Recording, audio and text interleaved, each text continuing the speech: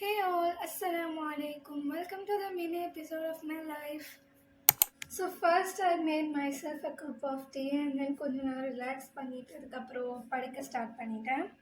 So first I studied economics and practiced a bit of maths. Then and in between நான் அவங்க எல்லாருக்கும் share பண்ணிக்கிறது என்னன்னா லைஃப்பில் எல்லாருக்கும் அப்ஸ் அண்ட் டவுன்ஸ் இருக்கும். But every small steps we take matters. Some days feel slow, but still it is a part of our journey.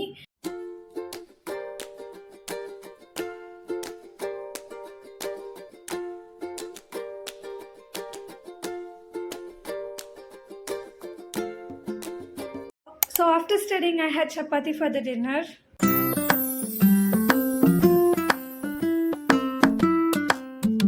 So I closed my vlog for the day. So yeah, இதுதான் என்னோட evening routine. Next video பார்க்கலாம்.